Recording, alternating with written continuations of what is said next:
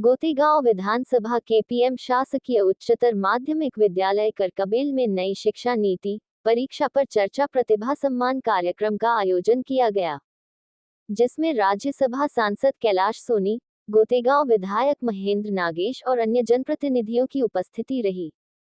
वहीं संकुल प्राचार्य रघुवीर सिंह लोधी, बी.एस. शोभाराम चढ़ार, मंच संचालक विनोद मेहरा की उपस्थिति में कार्यक्रम की शुरुआत सरस्वती पूजन से की गई और उसके बाद उपस्थित अतिथियों के सम्मान के बाद अतिथियों ने मंच से छात्र छात्राओं को नई शिक्षा नीति और अपने करियर को कैसे आगे बढ़ाए इस पर प्रकाश डाला। कार्यक्रम में प्रतिभा का सम्मान किया और मुख्य अतिथि द्वारा पौधरोपण भी किया गया।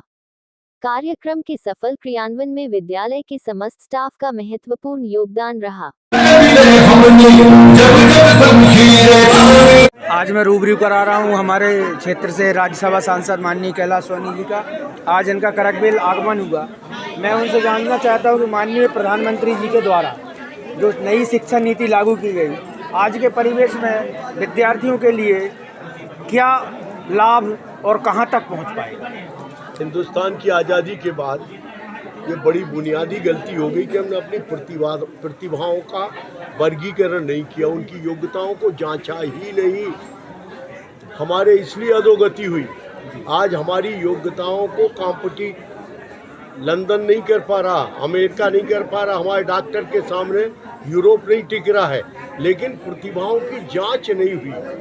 और हमारी जो नई शिक्षा नीति है, दुर्भाग्य 75 साल बाद नई शिक्षा नीति आ रही और उसकी बेसिक हम आपको बताना चाहते हैं कि उसकी बेसिक है 55% थ्योरी और 45% कोई ना कोई जीवन में हुनर। कि पास हो गए तो ठीक, डिग्री मिल गई तो ठीक, लेकिन ज़िंदगी में फेल नहीं होगे यदि कोई हुनर रहा। और यदि हमने प्रतिभाएं छांट ली तो हमारे बच्चे ड्रोन बनाएंगे, हमारे बच्चे जो देश की ज़रूरत है उसकी सबकी आपूर्ति ये हमारे जवान लोग करेंगे। नए उद्योग धंधे, ये प्रतिभाओं को तराशने का काम। जी, एक सवाल और।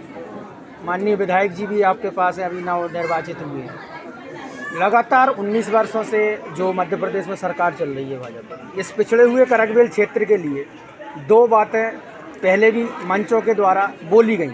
एक तो सहकारी गन्ना मिल, दूसरा करकबेल में कॉलेज, जो यहाँ से 40 किलोमीटर दूर यहाँ की बच्चियाँ बच्चे जाते हैं। तो इनके विषय में आने वाले इस कार्यकाल में अभी जो सरकार नवनिर्वाचित हुई है, क्या आशा अपेक्षा रखे ये पिछड़ा हुआ करकबेल क्षेत्र?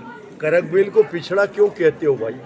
अभी हम डबल रोड से आए, टायर रोड से। इसलिए बोल रहा हूँ कि अभी 19 वर्षों में एक भी उपलब्धि नहीं है डबल टायर करकबेल क्षेत्र के लिए। और इस करकबेल परिक्षेत्र के कोई गाँव चले जाओ, ये पक्की सड़क हमें दिखाई नहीं देती, पंचायत भवन दिखाई नहीं देता, या हाई स्कूल की बिल्डिंग दिखाई नहीं देती, हमें जो निःशुल्क राशन मिल रहा है ये दिखाई नहीं देता, हमें कोविड में जो इंजेक्शन लगाए गए आज बिना अपन मुंह बांधे खड़े हैं ये हमें दिखाई नहीं देता। ये सब मोदी जी की छोटी मोटी चीजें हैं, ये केंद्र सरकार की देन है, राज्य सरकार का यहाँ रेल की असुविधा है। रेल के लिए जरूरी है कि यहाँ शटल चल जाए, हम उसको फोकस कर रहे हैं। और आपके स्टेशन का पुनर्निर्माण हो जाए, थोड़ा प्लेटफार्म आरक्षण खिड़की भी नहीं है, ये भी होगा। अब आरक्षण की जरूरत क्या है यार? डिजिटल तो यहाँ से बुक करो ट्रेन से, अब आरक्षण की जरूरत नहीं। ये जो उपलब्धियां आपने गिनाई क्षेत्रीय जनता के लिए, ये सारी योजनाएं केंद्र की हैं।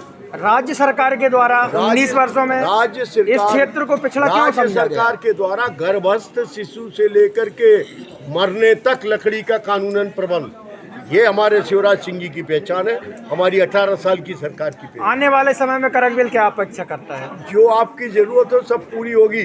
आपको हमने कुबेर का भंडार थमा दिया है, और ये निरंतर घूमेंगे एक एक गाँव में, किसी को दर्द नहीं।